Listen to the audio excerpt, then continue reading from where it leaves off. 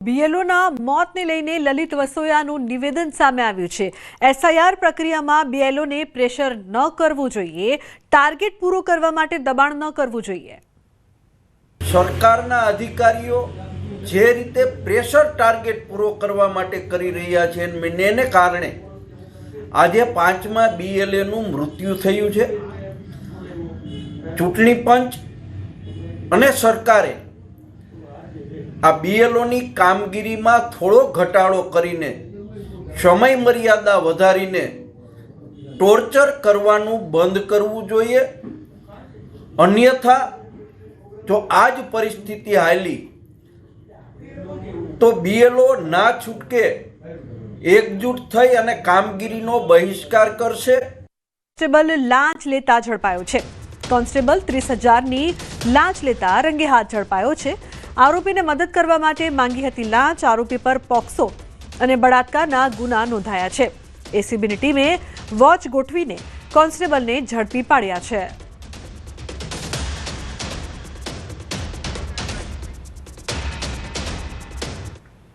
મહેસાણાના વિસનગરમાં નાયબ કાર્યપાલક ઇજનેરના લોકરમાંથી 88.72 લાખના દાગીના મળ્યા છે। નાયબ કાર્યપાલક ઇજનેર સામે એસીબીએ અપ્રમાણસર મિલકતની દાખલ કરી હતી ફરિયાદ। અપ્રમાણસર મિલકતનો ગુનો દાખલ થયા બાદ એસીબી દ્વારા સર્ચ ઓપરેશન કરવામાં આવ્યું છે। ડીઆર પટેલ અને તેમની પત્નીના નામના બેંક લોકરમાંથી ₹88 લાખના સોના ચાંદીના દાગીના મળી આવ્યા છે। નાયબ કાર્યપાલક ઇજનેર દ્વારા મૂકવામાં આવી આગોતરા જામીન માટે અરજી।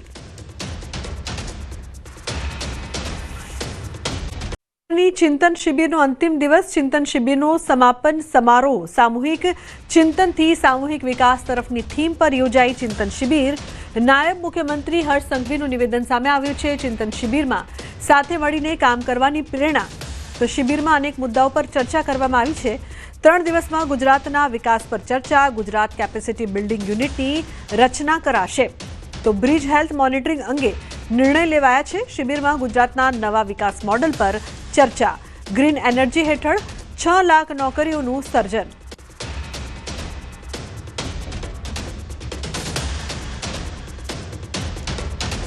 મોડર્ન ટેકનોલોજીનો ગવર્નન્સનો ઉપયોગ વધુમાં વધુ કઈ રીતે થઈ શકે તે માટેની ચિંતન શિબિરમાં આ 3 દિવસમાં તમામ લોકોએ ખૂબ જ ઉત્સાહપૂર્વક ડિટેલ્ડ આ તમામ સત્રની અંદર તમામ લોકોનો ખૂબ જ સારો ફાળો રહ્યો છે। 2047 સુધીમાં વિકસિત ભારત માટેનો વડાપ્રધાન શ્રીના સંકલ્પમાં ગુજરાતનો વધુમાં વધુ યોગદાન કઈ રીતે રહી શકે તે માટે બી ચિંતા કરવામાં આવી છે। આ ચિંતન શિબિરે ખાસ કરીને ટીમ બિલ્ડિંગ અને તમામ અધિકારીઓને ફિલ્ડ પર જે કામ કરી રહ્યા છે, સ્ટેટ લેવલ પર જે લોકો છે, ખૂબ મુક્તપણે તમામ સત્રોની અંદર આની ચિંતા કરવામાં આવી છે। ખાસ કરીને 5 વિષયો પર આ ચર્ચા કરવામાં આવી છે। વિકસિત ગુજરાત માટે કેપેસિટી બિલ્ડિંગ, ન્યુટ્રિશન અને પબ્લિક હેલ્થ, ગ્રીન એનર્જી અને એન્વાયરમેન્ટ, પબ્લિક સેફટી અને service sector growth and diversification જેવા લોકોને સીધા સ્પર્શતા વિષયોને આ ચિંતન શિબિરની અંદર ખાસ કરીને ચર્ચા કરવામાં આવી છે। તો સરકારની 12મી ચિંતન શિબિરનો આજે અંતિમ દિવસ છે। આ ચિંતન શિબિરમાં કલેક્ટર અને જિલ્લા વિકાસ અધિકારીએ તેમની ફરજ દરમિયાન જિલ્લામાં કરેલ શ્રેષ્ઠ કામગીરી બદલ મુખ્યમંત્રી ભૂપેન્દ્ર પટેલના હસ્તે શ્રેષ્ઠ કલેક્ટર અને ડીડીઓને એવોર્ડ અપાયા હતા।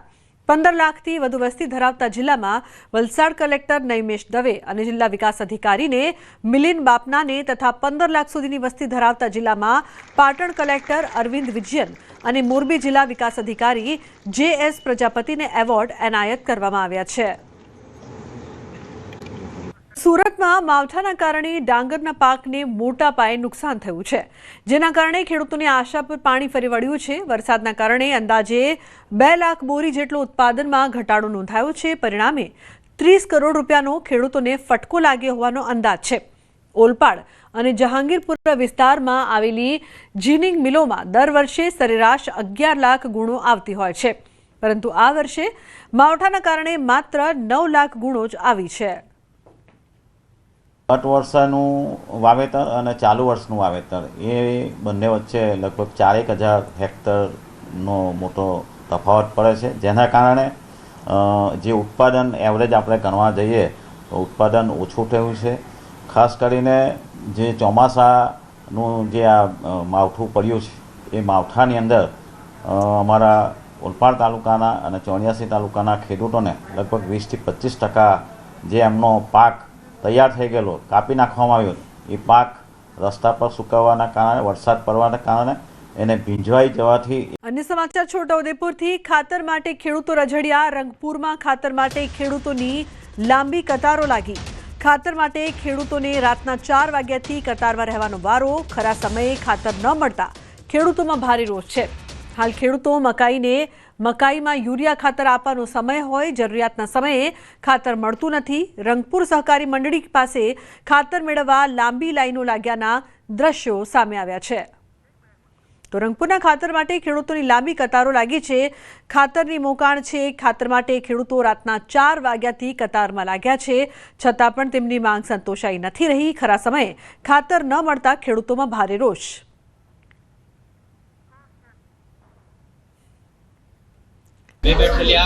लाइन वो नाभी से छोटादेपुर से तो ये लाइन ખાતરના ડબ્બામાં અંદર ખાતર વધુ મોકલાવવાની સરકારની માંગણી કરશે છે. ખાતર અમને મળતું નથી. ખેડૂત કેવી રીતના પાક પાકાવે? ખાતર માટે અમે રોજના રખડીએ છીએ, લાઈન જોજો બધે, અને ખાતર મળતું નહીં. બે થેલી એક થેલી આપે છે અને આધાર કાર્ડ અંગૂઠા પડી જાય તો છતાં ખાતર મળતું નહીં અમને. અમે ઉદયપુર જઈએ, બોડેલી જઈએ, ગમે અહીંયા ખાતર મળતું નહીં. રંગપુર મંડળીમાં છે અટાણે તો એ ખાતર મળતું નહીં. અમે રોજના 3 વાગે અહીંયા ધક્કા ખાઈએ છીએ તો એ ખાતર મળતું નથી. આટલા વર્ષ બાદ પણ ગ્રામ્ય વિસ્તારોમાં પાણી માટે હાલાકી છે. ગરબાડા તાલુકાના સિમલિયા બુઝુર્ગ ગામમાં નલ સે જલ યોજનામાં લાખો રૂપિયા ખર્ચ્યા હોવા છતાં પણ પીવાના પાણી માટે ભારે હાલાકીનો સામનો કરવો પડી રહ્યો છે. સ્થાનિકો બાળકોને લઈ પાણી ભરવા માટે મજબૂર બન્યા છે.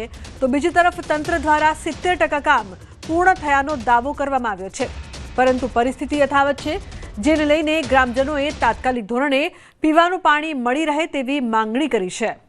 ઉલ્લેખનીય છે કે પાણી માટે હાલાકી હજુ સુધી ભોગવી રહ્યા છે આ લોકો. નલ સે જલ યોજનામાં લાખો રૂપિયા તો ખર્ચાયા, પરંતુ હજુ સુધી આ લોકો હાલાકી ભોગવી રહ્યા છે. અહીંયાથી તળાવ આવેલું છે, એ તળાવની અંદર પાણી ગોળ ગોળ ભરાઈ ગયેલું છે, વચ્ચે કૂવો છે. તો બાળકોને લઈને બૈરાઓ પાણી ભરવા જાય છે. તો અમુક બાળકો નાના બાળકો પાણી ભરવા જાય છે, એ ડૂબે છે. हमारा नल નથી નખાયા તો અમને સુવાદી કઈ નથી. અમારે આતરું પાણી ઉતરીને પાણી લાવવું પડે છે. એટલે કોઈ બહુ તકલીફ છે. સરકાર પાસે માંગ છે તો અમારે જલ્દ से जल्द કે આપણે જલ્દી કે સેવા કરે કે આવી રીતે કે રસ્તો બનાવી સુવિધા કરે એટલું સારું છે. અમારે સરકાર પાસે એટલી માંગ અમારી છે.